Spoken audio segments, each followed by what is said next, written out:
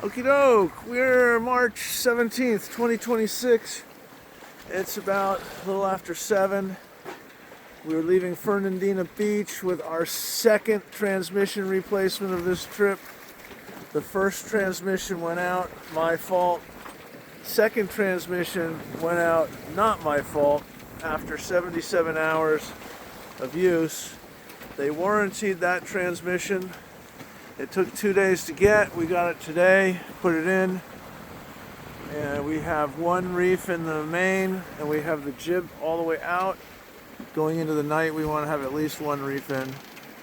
And so we're expecting fair winds for the next 4 days. We have about 300 miles to Palm Beach, so we should be there in a little over 2 days. And yeah, what a spectacular evening.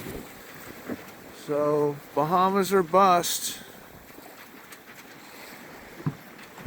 Let's see, what else can we say? Okay, we're running at about 120 degrees off the wind, and we're at about 28 feet of water, and we're doing 5.8662, something like that.